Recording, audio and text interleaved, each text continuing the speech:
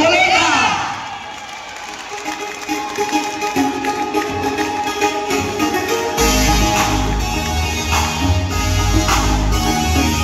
Sa katotohanan siya ay nakilala ng lahat ng konkretong ebidensya. Kanya pinili, makakabuti para sa mas nakararami. Katotohanan.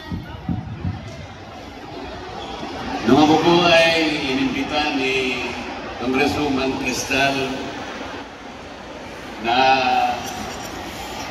dadalawan ko po ang inyong pagdiriwang ngayong araw na ito, hindi po ako nagdalawang salita.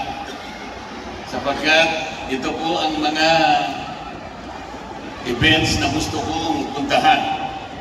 Pero bago po ako magpatuloy, gusto ko pong magbigay pugay sa aking dalawang naging kasamahan sa Kongreso, mga pinagpipitagan, mga higante sa Kongreso, Congressman Lito Atienza, Congressman Amado Pagatsing, na ngayon po ay alam kong babalik muli upang pasiglahin ang paglilingkod sa lungsod ng Maynila.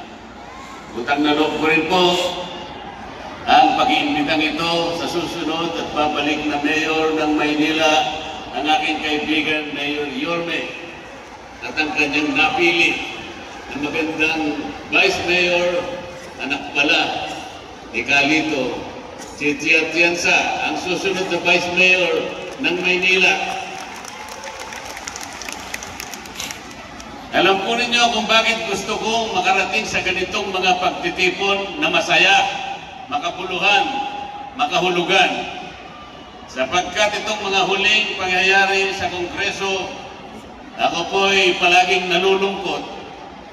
Sapagkat sa tuwing ako po ay magsasabi sa kanila na tayo po ay magkaisa, kapag ka po tayo nagdidebate, kailangan pong nakabatay po sa mga tuntunin natin. Ito po kasi ang kailangan para makita po ng ating mga kababayan kung paano po ang paglilingkod sa kanila. Ngunit, nakikita naman po ninyo yung nangyayari sa tuwing ako po'y makikipag-usap sa kanila, ay palagi na lamang po nila akong pinagtutulungan. Ginugulo po nila kapati po yung aking kinakain na hopya ay kanila pa pong inagaw sa akin. Sabi ko, parang hindi na ako masaya sa House of Representatives. Kaya po nagpunta ako rito, magpapatulong ako sa inyo na kung may pagpapatuloy ko pa po ang aking paglilingkod sa ating bayan. Samahan po ninyo ako, ihatid po ninyo ako sa kabilang kapulungan ng ating Kongreso na kung tawagin po ay Senado. 39 years na po pala ang kabaka. Ako po'y nakikiisa sa inyong pagdiriwang. Sana po'y umabot pa ng panibagong 39 years ang kabaka, sapagkat ang ganito pong mga organisasyon ang nagpapaunlad po sa isang bansa. Ito po ang tinatawag nilang social enterprise. Ito ang kailangan ng ating ekonomiya.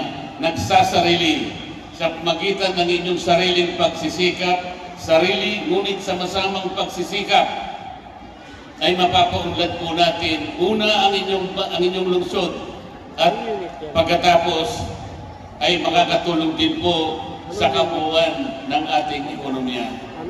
Narinig ko po kanina si Ka Amado nung sabihin niya, itinatag pala ang kabaka nang walang pera nang gagaling sa pamahalaan. Ito po ang importante. Nakatatayo sa sariling paa, hindi umaasa sa gobyerno. Ang ibig sabihin, kayo pa po ang magiging tagapagtulong o katulong ng pamahalaan.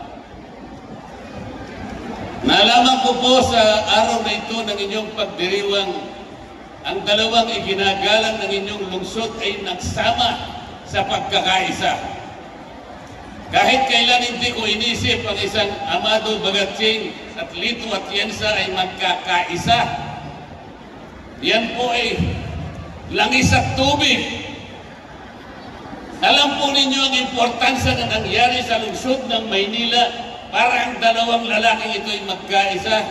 Kayo po ang panalo sa pagkakaisa ng dalawang tao ito. Ito po ang kailangan ng ating bansa ngayon. Ang House of Representatives, nagpalabas po sila ng manifesto. Ang sabi po nila, tangkilikin natin ang pagkakaisa, ang katapatan at paglilingkod at pagtatanggol sa ating bansa. Pero ang nangyayari, hindi po ganun eh. Nagkakaaway po ng dahil lamang sa politika. Kahit sana mamulitika po tayo, huwag po nating isasakripisyo ang kapalaran at ang kabuhayan ng ating bansa. Kahit na po ang Biblia ay may sinasabi tungkol dyan. Wala po akong nakitang bansa dito sa balat ng lupa na nagkaisa, na nagtagumpay, na na-develop ng walang pagkakaisa. Sa pagkakaisa po, nakasalig ang pagsulong at pagunlad ng isang bansa. Ang sabi po sa banal na kasulatan, ang isang kaharian, ang isang bansa o ang isang tahanan hindi mananatili, mawawasak yan kapag walang pagkakaisa. Ano pa po ang sinasabi tungkol sa kabutihan ng pagkakaisa?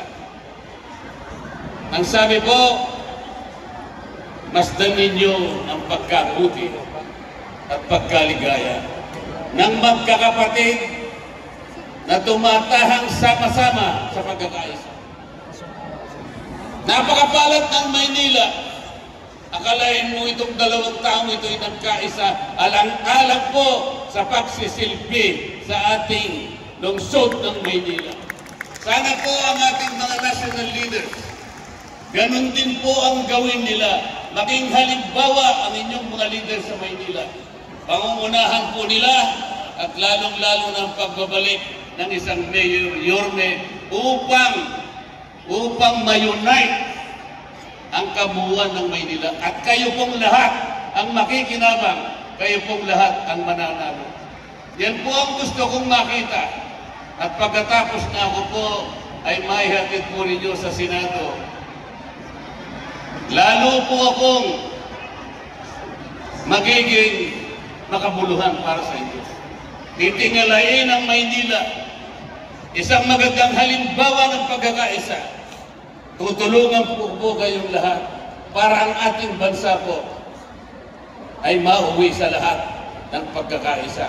Makakabuti po sa ating lahat, magiging maulad po ang ating bansa. Salamat po sa pag-imbita niyo sa akin. Hindi ko po makakalimutan ang araw na ito. Isang karangalan, isang pribilehyo ang makataupang palad ko kayo sa hapong ito.